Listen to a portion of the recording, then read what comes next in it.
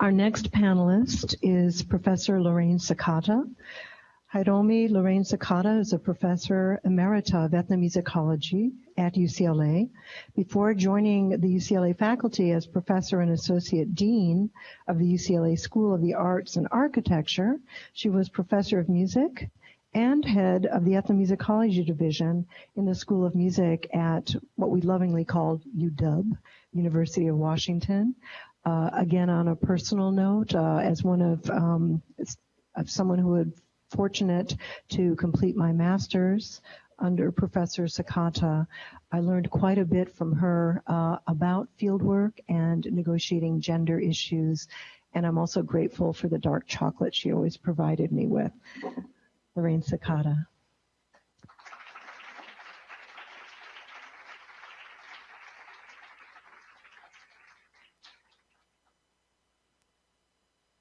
I want to thank you, Sonia, for giving me the opportunity to bring up some old stories.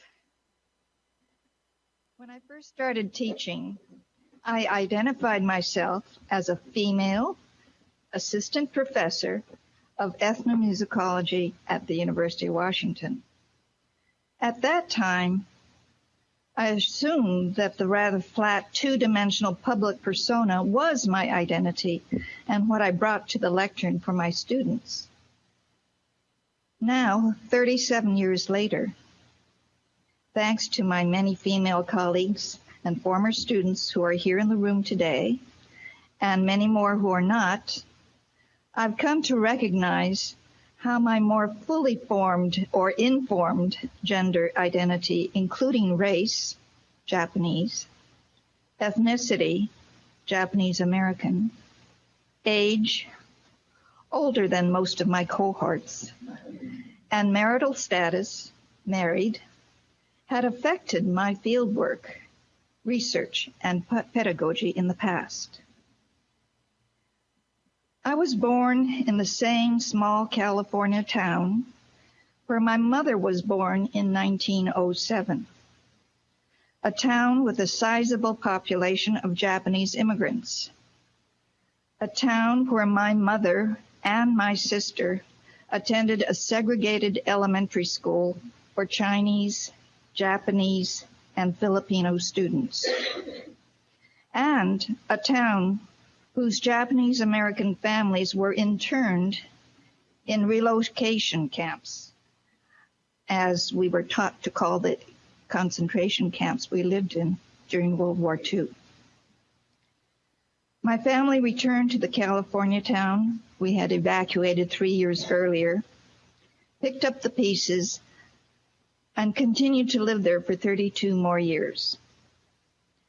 Growing up in this small Japanese community in California and spending 3 years of my life in a concentration camp in Colorado heightened my feelings of marginalization and the awareness of differences between myself and others. As a young girl, I used to spend time in our local county library reading about exotic, faraway places such as Mongolia. That's Mongolia of Genghis Khan, of course.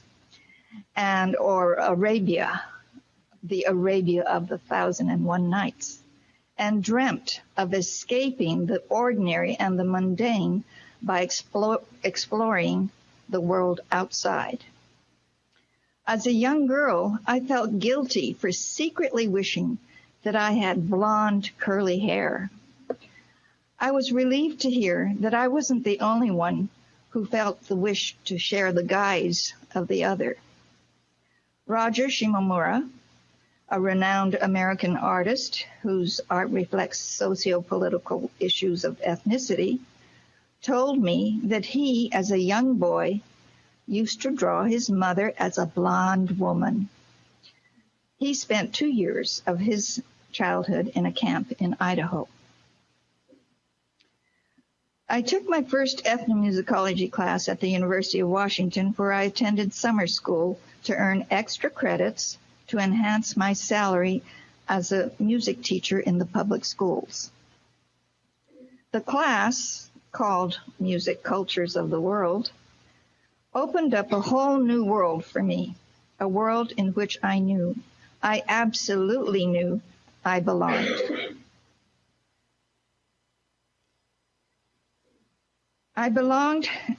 I continued to take ethnomusicology classes that fit into my teaching schedule until I decided to leave my secure teaching position in favor of pursuing ethnomusicology studies that did not promise me a career, but did promise me a way to cross boundaries to other musical cultures.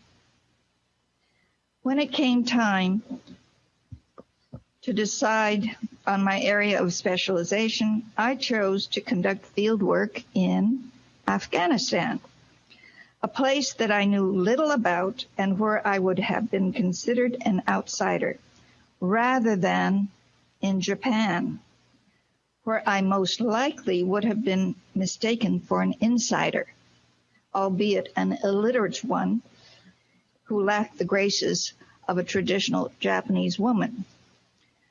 Now, these are handicaps that most likely would have been overlooked for an outsider. I can still remember how Hamza el-Din, a Nubian Egyptian composer-musician who married a Japanese woman and lived in Japan for many years, eventually writing his biography in Japanese, how he complained about how he felt when Japanese hosts would compliment him on how well he had learned to use chopsticks. He threatened to invite these same hosts to his home in Tokyo, where he would set the table with forks and knives, then compliment his guests for having learned to use forks so skillfully, just like Westerners. I have to admit that I did benefit from being considered an outsider or foreign guest in Afghanistan. As a good and moral woman who traveled with and worked alongside her husband, I was served tea and meals with the men and allowed to visit the women of the household on my own. I began to think that I was considered some kind of neuter, but in fact, gender identity in Afghanistan was based on more than just sex alone. It was dependent on one's age, marital status, and class or occupation as well. Years later, as a solo female researcher in Pakistan, I was treated with great respect because of my advanced age and my status as a university professor. I joined SEM during my first year as a full-time ethnomusicology graduate student in 1964. You've got 2 years on me. And presented my first SEM paper, still a student, in 1974. Now I know some of you are doing the math. Yes, I was a student for a long time. The Society's open, warm, and nurturing environment encouraged me to participate fully in our discipline. From my female colleagues in SEM, I learned the meaning of strong leadership and the importance of building camaraderie among women in ethnomusicology. And from my female students, I learned and experienced the meaning of camaraderie in the best sense when they asked me to teach a class on music and gender. I knew next to nothing about gender studies when I started teaching in 1977, but the interest in women's studies on campus was growing. As the only woman on the ethnomusicology faculty, I felt the need to read women's studies literature, attend conferences, and remain engaged with colleagues who were focusing on the importance and impact of gender studies in their own disciplines. I had made a start, but felt woefully unqualified and unprepared to teach a class on music and gender, at least on my own. So I made a pact with the students. I promised to lead a class in which both students and teacher would learn from each other by sharing and relying on each other's resources, information garnered from classes in anthropology and women's studies, and case studies from my own fieldwork. Learning from my students in this manner gave me tremendous satisfaction and remains as one of the more memorable teaching moments of my career. Looking back, I've come to understand that my inclination to do the unexpected or to face the unknown has always guided my career decisions, including my decision to move from research and teaching into upper administration. When others tell me that I can't do something that I want to do, or advise me to stay the course for my own good, I am challenged once again to cut through those barbed wire fences that surrounded our concentration camp in Colorado so long